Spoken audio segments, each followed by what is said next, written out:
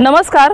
41 इमारतींचा मुद्दा सध्या वसई विरारमध्ये अतिशय तापलेला आहे। संबंध महाराष्ट्रामध्ये कुठेतरी आपण पाहायला गेलं तर राज्यस्तरीयवर देखील याची मोठी चर्चा होत आहे। 41 इमारतींचा मुद्दा असा होता की डंपिंग ग्राउंडच्या जागेवर एसटीपीच्या जागेवर काही बिल्डर्सने बहुजन विकास आघाडीच्या नगरसेवक आणि बिल्डरने मिळून त्या ठिकाणी जे आहे ते अनधिकृत 41 इमारती बांधल्या आणि आता जमीन मालकांनी त्या डंपिंग ग्राउंड आणि एसटीपीवर देण्यासाठी म्हणजे आरक्षित जागा असल्या कारणाने त्या 41 इमारती आता तोडण्यात येत आहेत। यापैकी आता 9 ते 10 इमारती आतापर्यंत तोडून झालेल्या आहेत। काही नोव्हेंबर महिन्यात तोडल्या, काही जानेवारीमध्ये कारवाई सुरू झाल्यानंतर तोडल्या। परंतु आता एक सगळ्यात मोठा मुद्दा ह्याच्यामध्ये समोर येतोय की 41 इमारतींच्या मुद्द्यावर किती मोठं राजकारण खेळलं जात आहे। 41 इमारतींचा मुद्दा एक असा मुद्दा आहे ज्याची राज्यस्तरीय चर्चा होत आहे आणि त्याच्यामुळेच आता त्याच्यावर राजकारण खेळलं जात आहे। वसई विरार एक असा शहर आहे ज्या ठिकाणी गेल्या 35 वर्षांपासून एक हाती बहुजन विकास आघाडीची सत्ता होती। या विधानसभेमध्ये त्यांच्या तीनही सीट गेल्या आणि त्या ठिकाणी महायुतीने बाजी मारली। शिंदे गटाची बोईसरची जागा आणि 2 भाजपच्या जागा, ह्याच्यामध्ये कुठेतरी राजकारण बदललं, समीकरण बदलले आणि पुन्हा आता जेव्हा महानगरपालिका निवडणुका येऊन टेपलेल्या आहेत पुन्हा एकदा समीकरण बदलताना दिसून येत आहे आणि त्यासाठी 41 इमारतींचा मुद्दा कुठेतरी महत्त्वाचा ठरतोय हे आपल्याला पाहायला मिळतंय। 41 इमारतींची जी जागा आहे त्या ठिकाणी 5 ते 6 हजार इतकं मतदान होतं आणि ते संपूर्ण मतदान एक हाती भाजपला महायुतीला पडलं असं आपण म्हणू शकतो। कारण कुठेतरी महायुतीचे भाजपचे जे कोणी खासदार होते, आमदार होते, होणारे आमदार होते, उमेदवार होते, त्यांनी असं आश्वासन दिलं होतं की या ठिकाणी मी बुलडोजर चालू देणार नाही, तुमची इमारत वाचवली जाईल। मोर्चे काढण्यात आले आणि तब्बल 3 ते 4 महिने हा मुद्दा खेचण्यात आला, ज्याच्यामुळे नागरिकांचा त्यांच्यावर विश्वास बसला आणि भाजप जिंकली। नागरिकांनी असं देखील म्हटलं की भाजपला मतदान केल्यानंतर आमची घरं तोडली। निकाल लागला, निकाल जाहीर झाला आणि आठवड्याच्या आतमध्ये बुलडोजर चालला आणि 7 इमारती तोडण्यात आल्या। या संपूर्ण घटनेमध्ये महानगरपालिकेच्या अधिकाऱ्यांसोबतच जे भाजपचे उमेदवार होते, नवनिर्वाचित उमेदवार राजन नाईक यांच्यावर देखील बोट उचललं गेलं। कारण नागरिकांनी स्पष्टपणे म्हटलं की भाजपला आम्ही मतदान केलं आमचं घर वाचवण्यासाठी आणि भाजपने आमच्याच घरावर जे आहे ते बुलडोजर चालवलं।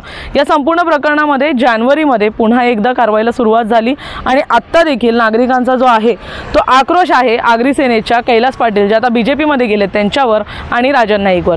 ह्याच्यामध्ये खासदारांनी देखील शपथ घेतली होती की आम्ही तोडू नाही देणार। विविध शपथा घेतल्या गेल्या, विविध उपोषणाचे वादे केले गेले, मुंडन करू, आत्महत्या करू, अशा अनेक चर्चा रंगल्या, परंतु निष्पन्न काहीच झालं नाही आणि अखेर या कारवाईचा 3रा दिवस आहे आणि कारवाई आजही सुरू आहे। ह्याच्यामध्ये नागरिक भरडले गेले, परंतु याच्यामध्ये भाजपने इमेज क्लिनिंगचा एक चांगला प्रकार केला, तो म्हणजे इमेज क्लिनिंगसाठी या ठिकाणी देवाभाऊचा बुलडोजर।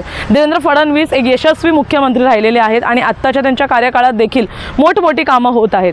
देवेंद्र फडणवीस यांचं नेहमीच विकासाकडे लक्ष असतं आणि त्यामध्येच कुठेतरी अनधिकृत इमारतींवर बुलडोजर चालावा, तसंच चुकीच्या गोष्टींना रोख लागावी यासाठी नेहमीच ते प्रयत्नशील असतात आणि त्याच गोष्टीला रंगवून सांगितलं आपल्या बातम्यांनी।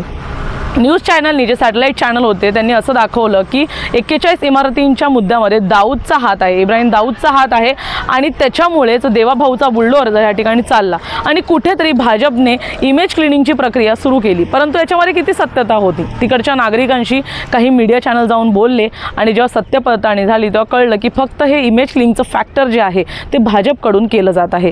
त्याच्यामध्ये कुठेतरी आता भाजपवरचा विश्वास जो आहे तो नागरिकांचा उडत चाललेला आहे। 35 वर्षांच्या सत्ता मध्ये जेव्हा 41 इमारतींचा मुद्दा अग्रेसर होत होता किंवा तेव्हा देखील तो उठू शकला असता, बहुजन विकास आघाडीच्या नगरसेवकांनी ज्या इमारती बांधल्या होत्या त्यामुळे कुठेतरी बहुजन विकास आघाडी या संपूर्ण मुद्द्यामध्ये शांत बसलेली पाहायला मिळत आहे। परंतु नागरिकांचं असं म्हणणं आहे की गेल्या 35 वर्षामध्ये अशी कोणतीही कारवाई झाली नाही।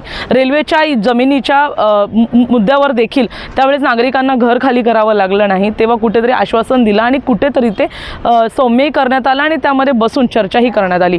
परंतु इथे फक्त आश्वासनांचे झाडं लावण्यात आली, आश्वासनांचे डोंगर बांधण्यात आले, परंतु आपण पाहू शकतो आज नागरिकांचे हाल काय आहेत। नागरिकांना खेचून बाहेर काढलं जात आहे, त्यांना मारून बाहेर काढलं जात आहे, अक्षरशः नागरिक आत्महत्या करण्यावर उठलेत, परंतु प्रशासनाला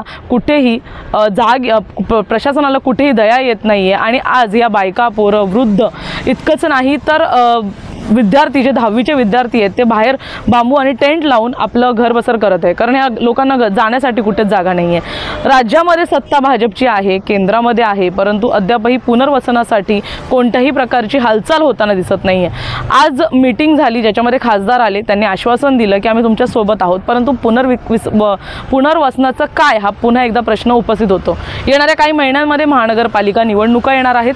महानगरपालिका निवडणुकांमध्ये पुन्हा एकदा बहुजन विकास आघाडीने भारतीय जनता पक्ष एकमेकांसमोर येणार आहे। एका बाजूला बहुजन विकास आघाडीकडून सांगितलं जातं की भारतीय जनता पार्टीकडे उमेदवार नसल्याने स्टंटबाजी होते, तर दुसरीकडे भारतीय जनता पार्टी किती प्रकारे सक्षम आहे हे देखील स्वतःचे प्रयत्न दाखवत आहे। बहुजन विकास आघाडी हे देखील आपले प्रयत्न करत आहे, परंतु 41 इमारतींच्या मुद्द्यानंतर आता कुठेतरी राजकारण बदलत आहे का, मोठा प्रश्न उपस्थित राहतोय।